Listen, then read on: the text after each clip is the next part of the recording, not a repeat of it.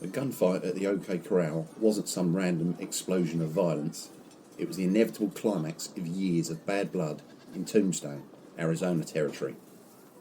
This booming silver mining town, founded in 1877, was a wild place, attracting everyone from prospectors to outlaws. The law was still finding its feet, making it a perfect breeding ground for trouble.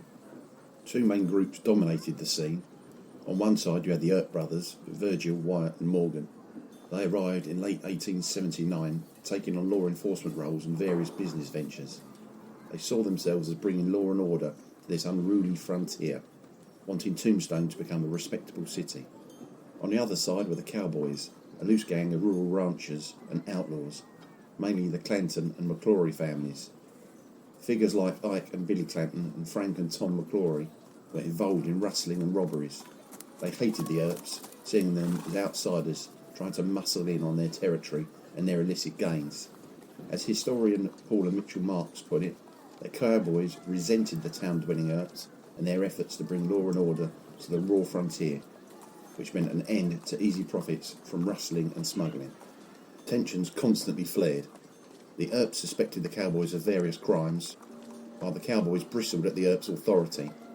Personal feuds and political rivalries just added fuel to the fire. By autumn 1881, Tombstone was a powder keg ready to blow. That tension finally erupted on the 26th of October 1881. The days leading up to it were full of threats, especially from Ike Clanton.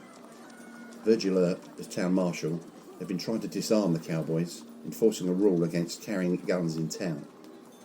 But Frank McClory, Tom McClory and Billy Clanton were spotted on Fremont Street, armed. Around 2:30 p.m, Virgil decided enough was enough. He gathered his brothers Wyatt and Morgan and their notorious friend, Doc Holliday. Armed, the four of them walked towards a narrow lot near the OK Corral where the Cowboys were. Virgil's intention was clear. I was going to disarm them. They faced five men: Ike Clanton, Billy Clanton, Frank McClory, Tom McClory and Billy Claiborne. Virgil demanded, "Throw up your hands, boys. I mean to disarm you." Then chaos. Accounts differ on who fired first, but within roughly 30 seconds, about 30 shots rang out. It was a brutal, chaotic exchange. Frank McClory and Billy Clanton were hit almost instantly. Tom McClory was also shot and killed. Doc Holliday used his shotgun effectively before switching to his pistol. Wyatt Earp, the most famous figure, emerged mostly unharmed. Morgan and Virgil Earp were both wounded, Morgan critically. Ike Clanton and Billy Claiborne fled as soon as the shooting started. When the smoke cleared, Billy Clanton, Frank McClory and Tom McClory were dead. Virgil and Morgan Earp were seriously wounded and Doc Holliday had a minor graze. Wyatt was the only one of the lawmen left unscathed. In less than a minute, Tombstone became the site of the Old West's most famous gunfight. The gunfight didn't end the conflict, it just supercharged it. The legal battle began immediately, with Ike Clanton pressing murder charges. Justice of the Peace Wells Spicer held a preliminary hearing. Wyatt Earp famously stated, "I had to fight to save my own life." After weeks of testimony, Spicer ruled in favour of the Earps and Holliday, concluding that the evidence fails to disclose any evidence of malice on the part of the defendants.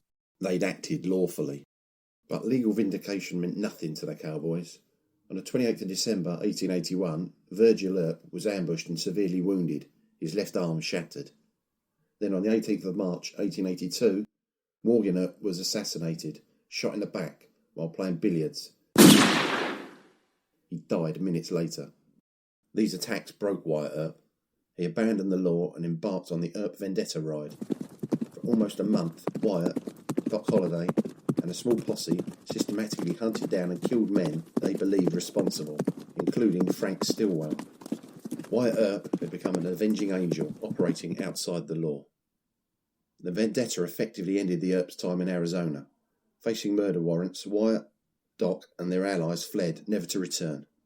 The survivors of both sides scattered, leaving Tombstone behind, but forever marked by that bloody day in October 1881.